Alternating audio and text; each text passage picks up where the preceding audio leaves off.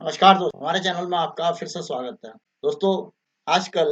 Finance ministry की तरफ से बार-बार कहा जा रहा है कि डिपॉजिट्स का रेट डाउन हो रहा है और जैसे कि पिछले साल डिपॉजिट के ग्रोथ केवल 10% रही है और एडवांसेस की ग्रोथ 14-15% के करीब रही। इसकी वजह से बैंकों की बैलेंस शीट में फ़र्क पड़ जाता है और बैलेंस शीट मिसमैच होने की वजह से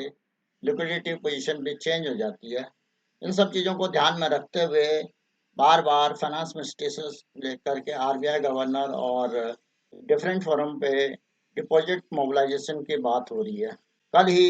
फाइनेंस मिनिस्ट्री द्वारा सभी बैंकों की मीटिंग की गई, जिस मीटिंग में कि कई पॉइंट्स पे जिक्र किया गया। उनमें से स्टेट बैंक की एक स्टडी रिपोर्ट के बेस पर ये कहा गया है कि आज की डेट में बैंकिंग इंडस्ट्री में फिक्स डिपॉजिट में 47% डिपॉजिट केवल सीनियर सिटीजन का है और बाकी 60 साल से नीचे के जितने भी इन्वेस्टर्स हैं उनका केवल 53% के करीब ही डिपॉजिट्स हैं फिक्स डिपॉजिट में। और धीरे-धीरे जो पेस है बैंक डिपॉजिट का फिक्स डिपॉजिट की तरफ यंगर जनरेशन का ध्यान अब काफ़ी कम हो गया है, क्योंकि वो पिछले 10 सालों में म्यूचुअल फंड और शेयर मार्केट में इन्वेस्ट कर रहे हैं। जैसे कि आपको मालूम है कि पिछले 10 सालों में शेयर मार्केट खास तौर पर बॉम्बे सेंसेक्स 20,000 से बढ़ कर के 80,000 तक पहुंच गया, तो 4 गुना शेयर मार्केट में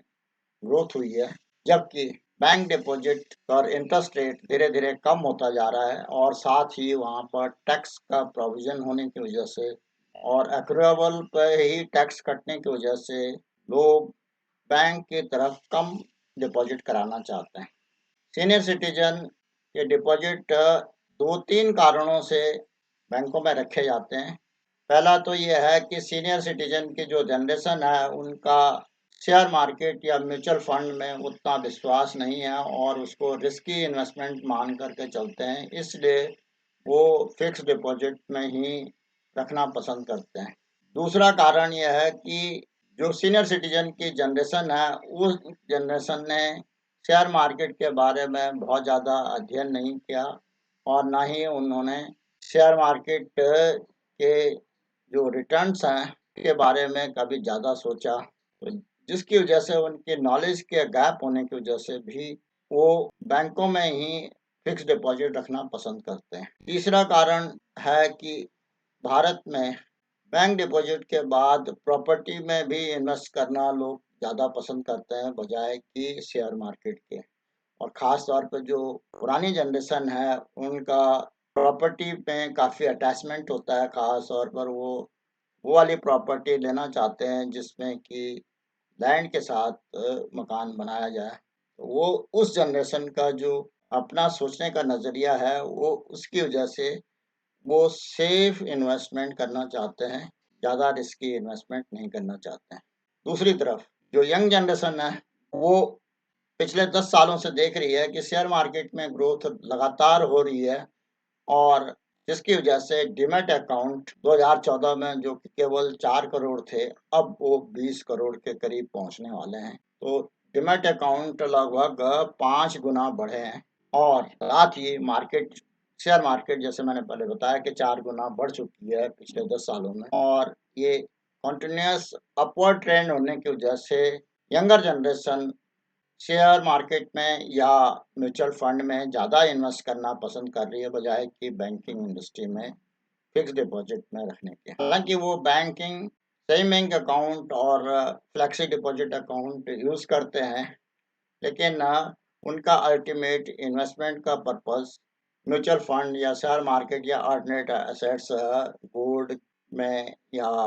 प्रॉपर्टी में उस तरफ इन्वेस्टमेंट की तरफ ज़्यादा ध्यान है। फाइनेंस मिनिस्टर द्वारा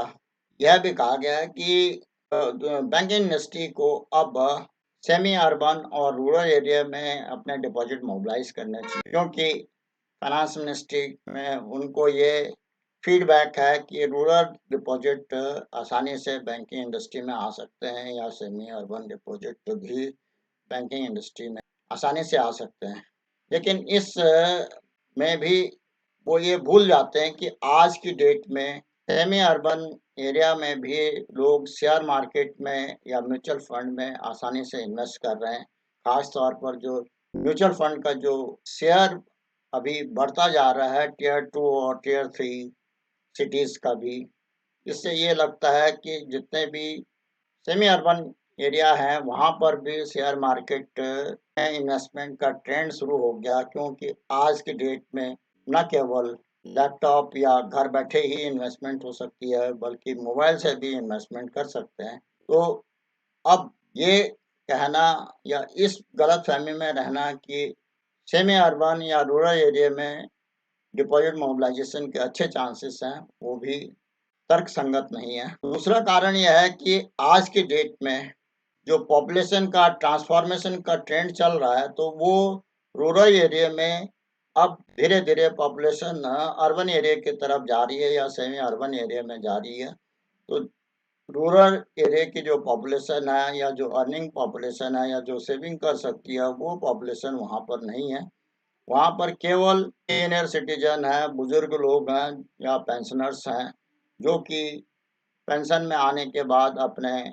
नेटिव प्लेस में रहना चाहते हैं। उनकी संख्या भी अब काफ़ी कम होती जा रही है, क्योंकि जो भी सर्विस वाला व्यक्ति होता है, वो अपने सर्विस के दौरान ही किसी अर्बन एरिया में या किसी सिटी में अपने लिए मकान बना लेता है और वहीं सेटल हो जाता है। तो अब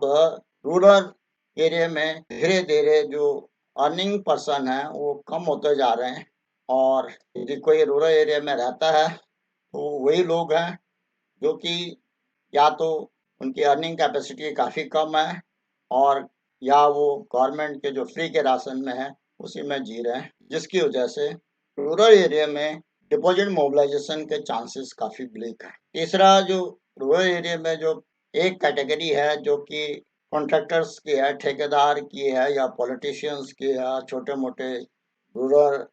ज़मींदार की है, वो ज़मीनों में इन्वेस्टमेंट करना ज़्यादा पसंद करते हैं बजाय कि बैंक में रखने के। तो इस तरह से बैंक में डिपॉजिट रूरल एरिया में भी मोबिलाइज़ करना आसान नहीं है। दोस्तों, इसी रिपोर्ट में, इसी मीटिंग में